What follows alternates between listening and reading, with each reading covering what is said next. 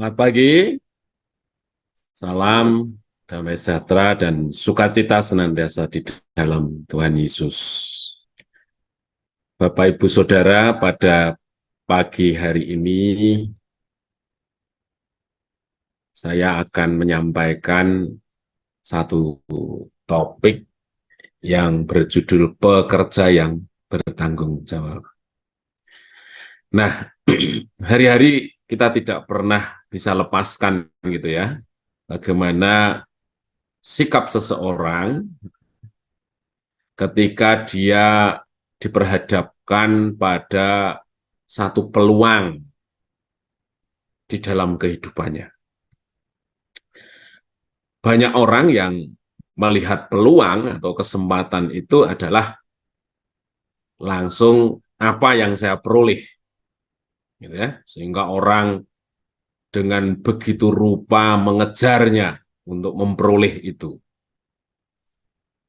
Dan sedikit orang yang mengkaitkan bahwa ketika ada peluang itu memang ada sesuatu yang akan diperoleh, tetapi ada hal yang melekat, ada konsekuensi atau pertanggungjawaban. Ya, kita lihatlah pada saat-saat ini banyak orang yang mencalonkan dirinya untuk menjadi pejabat, entah legislatif, entah presiden yang sedang rame-ramenya. Tentu ketika seseorang menginginkan jabatan itu, yang terbayang sebagian besar adalah satu kehormatan yang besar, kesempatan yang besar, nilai diri yang luar biasa, itu yang memagnetisasi atau membuat dia begitu tertarik sedemikian rupa. Sementara kalau kita berpikir normal, tentu semua hal itu akan berkonsekuensi pada tanggung jawab yang diembannya. Tapi seringkali orang melupakan sisi tanggung jawab itu. Itu adalah hal yang umum gitu ya. Sehingga ketika orang bisa menempatkan dalam kehendak hatinya dua hal ini, sebenarnya orang selalu bisa menjaga dirinya dengan baik. Ya. Artinya kalau saya ingin memperoleh kesempatan, di situ ada tanggung jawab yang melekat. Ya, jangan berpikir pada haknya saja, tetapi pikirlah konsekuensi dan tanggung jawabnya. Saudaraku, ada satu cerita yang barangkali perlu kita simak. Ya, jadi ceritanya ada satu tukang cat perahu begitu. Ya, dia dimintain tolong oleh seseorang untuk mengecat perahunya. Kemudian dengan tepat waktu seorang pekerja ini menyelesaikan pekerjaannya, dan yang minta tolong itu langsung membayar upah sesuai dengan kesepakatan yang sudah dibuat. Kemudian ketika anak-anaknya melihat bahwa perahunya sudah menarik lagi, sudah dicat lagi, langsung tiga anaknya ini menggunakan perahunya untuk bersenang-senang di danau di dekat rumahnya. Tapi ketika orang tua atau pemilik perahu itu melihat kejadian itu, dia langsung panik, begitu kan? Ya. Tapi kenyataannya perahu itu aman sampai anak-anaknya kembali dari permainan danau itu, dan akhirnya biasa saja. Artinya perahu itu ternyata tidak mengalami apa-apa ketika dipakai anak-anak. Kemudian begitu meluapnya sukacita pemilik perahu itu dan memanggil kembali pekerja atau tukang cat tadi. Kemudian dengan segala tabungannya dia berikan lagi kepada tukang cat itu, dan rupanya tukang cat itu terheran-heran. Loh, Bapak sudah membayar kami sesuai kesepakatan, kenapa Bapak memberikan uang sebanyak ini lagi? Dan rupanya sang pemilik perahu tadi menceritakan begini, Jadi sesungguhnya ketika perahu itu sebelum dicat, itu ada satu lubang yang ada di bagian bawah perahu itu. Tapi ternyata tanpa saya suruh, dan saya lupa memberitahukan kepadamu, dan ternyata tanpa saya suruh, kamu sudah menambal lubang itu, memperbaikinya, dan mengecat perahu itu.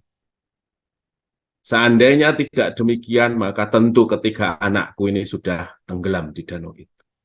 Dan saya tidak membayangkan lagi betapa susahnya hati saya. Sehingga terimalah ini, bahwa ini sesungguhnya tidak senilai dari hasil pekerjaanmu yang menyelamatkan ketiga anak saya. Nah, Bapak Ibu Saudara, dari cerita itu, apa yang kita petik? Jadi gampangannya kalau dilihat dengan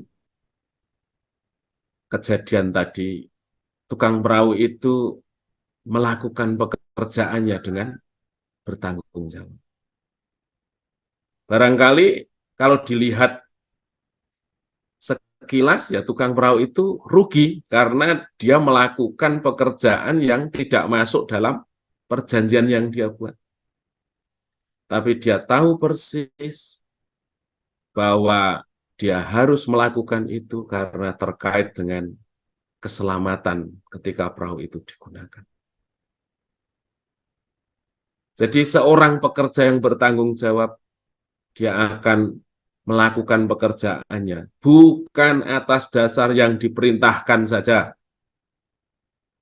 tetapi dengan hati nuraninya dia melakukan pekerjaan yang terbaik. Dia melakukan segala sesuatu untuk bisa dipertanggungjawabkan nilainya. Dan itu seharusnya yang terjadi di dalam hidup kita. Ya, saya sebagai seorang pengajar tentu saya ngajar itu tidak hanya ngomong sekenanya, seenaknya, kemudian masuk, keluar, selesai, dan sebagainya. Tapi saya berusaha untuk memberikan segala sesuatu yang saya bisa lakukan. Ya barangkali justru mendapat penilaian buruk. Wah, dosen ini kok gini, dosen itu kok gitu. Banyak sekali tugasnya dan lain sebagainya. Tetapi itu terkait dengan sikap untuk memberikan yang terbaik. Apa kata firman di sini Bapak Ibu Saudara tentang kita ketika diberikan satu tanggung jawab atau kepercayaan untuk melakukan pekerjaan kita. Ya. Di 1 Petrus 2 ayat 8, hei kamu hamba-hamba, tunduklah dengan penuh ketakutan kepada Tuanmu, bukan saja kepada yang baik dan peramah, tetapi juga kepada yang bengis. Mirip dengan di Efesus 6 ayat 5, hai hamba-hambaku, taatilah Tuanmu yang di dunia dengan takut dan gentar, dengan tulus hati sama seperti kamu taat kepada Kristus. Kolose 3 ayat 22. Hei hamba-hamba, taatilah Tuanmu yang di dunia dalam segala hal. Jangan hanya di hadapan mereka saja untuk menyenangkan mereka, melainkan dengan tulus hati karena takut akan Tuhan.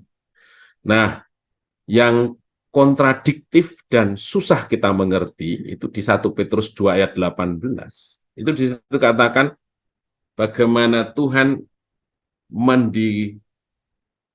mendeskripsikan satu Tuhan yang bengis.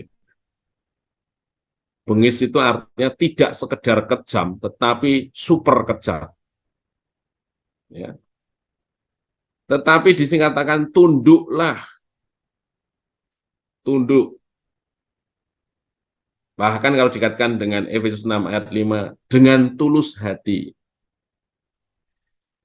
Nah, respon manusia daging kita ketika kita menghadapi orang-orang seperti itu, ya kita akan berusaha untuk membalasnya.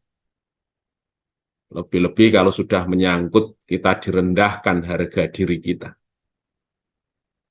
Ketika ada peluang, ya kita akan memanfaatkan untuk membalas.